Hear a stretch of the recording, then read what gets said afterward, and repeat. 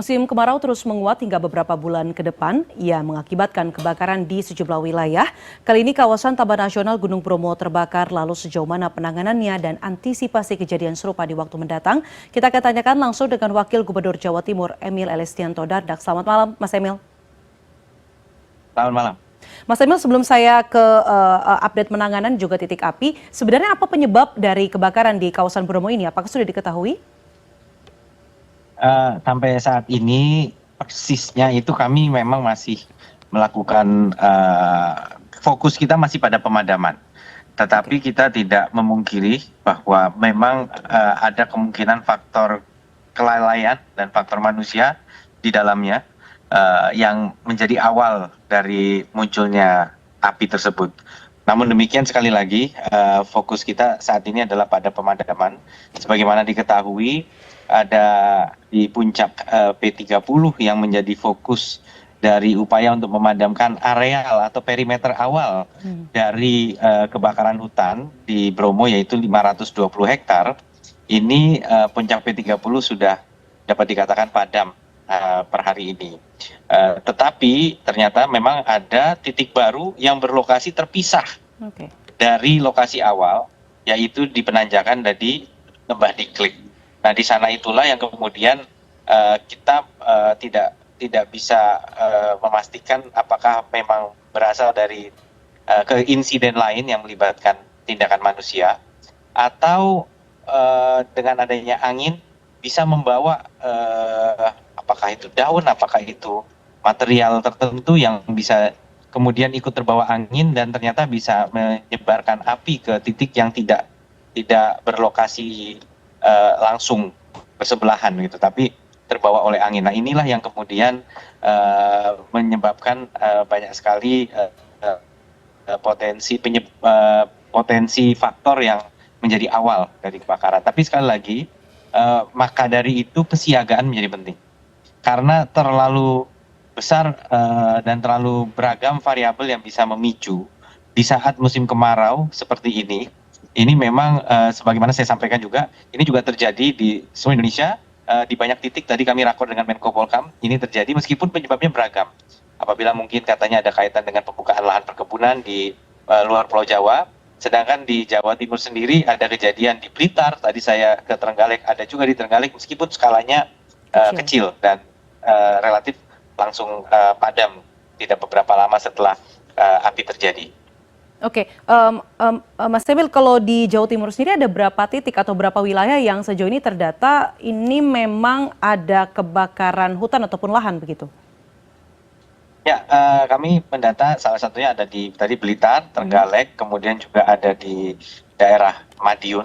Ya, ini 3 titik, tetapi besarannya masih relatif, ya, luasnya masih relatif lebih kecil dibandingkan yang terjadi di Bromo, jauh lebih kecil. Dan kita bersyukur bahwa memang jadi begini, Mbak, kita melakukan beberapa minggu yang lalu BPBD Provinsi Jawa Timur melakukan apel kesiagaan karhutla.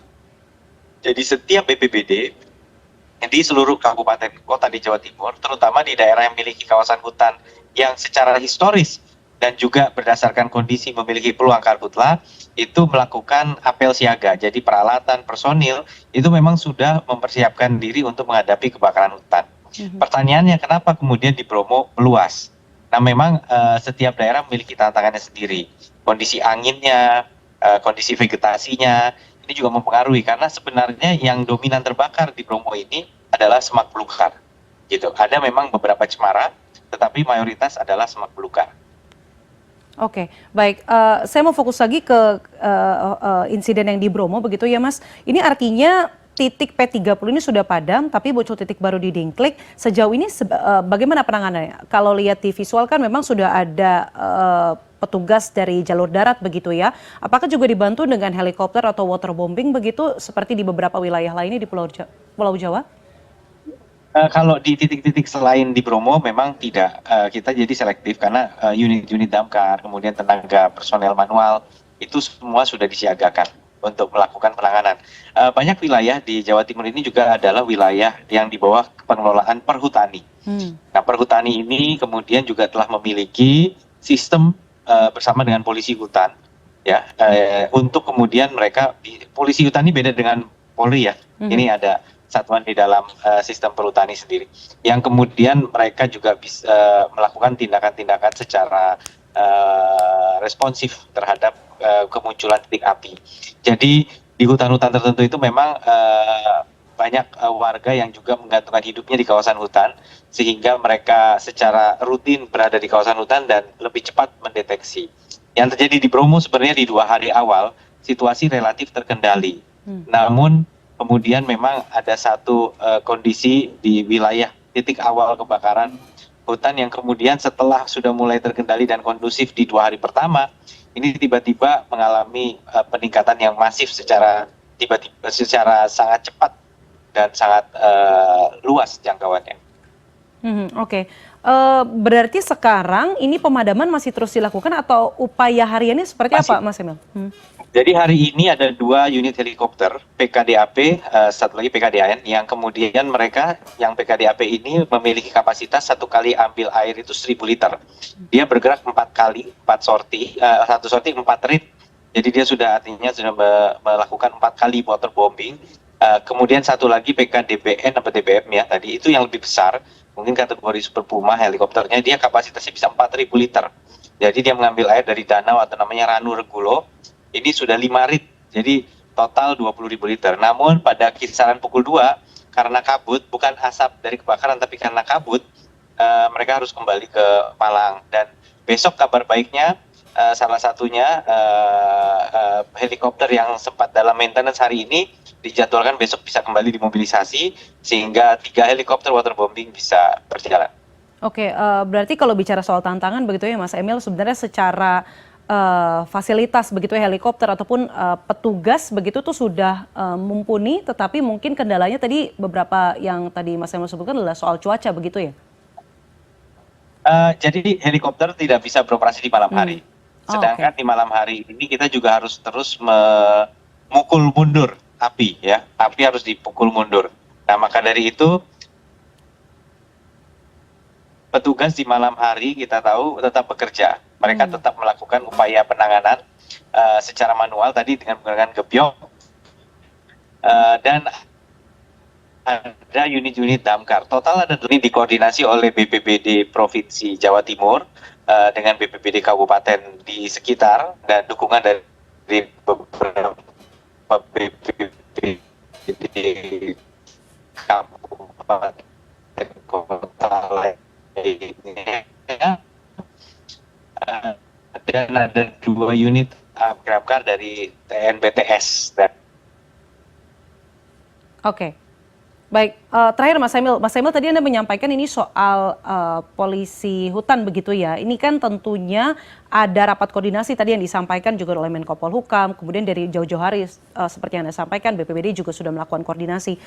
Deteksi dininya, apakah ada kewaspadaan lebih yang ditingkatkan begitu ya, terutama di cuaca yang sangat kering, kemudian El Nino yang tadi disampaikan oleh BMKG ataupun BNPB, ini bisa memperparah dan memperluas area yang terbakar?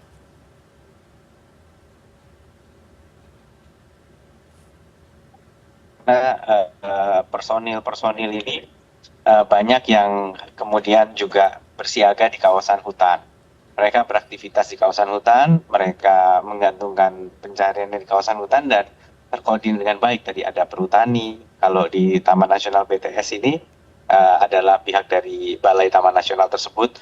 Nah, namun demikian apabila kejadian seperti yang di Bromo ini memang merupakan jadi setiap peristiwa itu meskipun katakanlah ada skenario penanganan, tapi juga ada outcome yang mungkin tidak sesuai dengan yang diharapkan begitu. Seperti tadi dalam kasus di Bromo Tengger Semeru ini, titik awal yang sebenarnya sudah mulai kondusif, tetapi kemudian muncul api yang menyebarnya jauh lebih cepat dan tidak bisa diimbangi dengan ketersediaan personel saat itu, sehingga mau tidak mau harus dibantu helikopter waterbombing. Dan dapat dikatakan penggunaan helikopter sejak dikoordinir Ibu Gubernur dari beberapa hari yang lalu, ini menurut rekan-rekan ini juga telah memitigasi perluasan kebakaran yang mungkin harusnya bisa lebih masif lagi dari apa yang kita alami hari ini.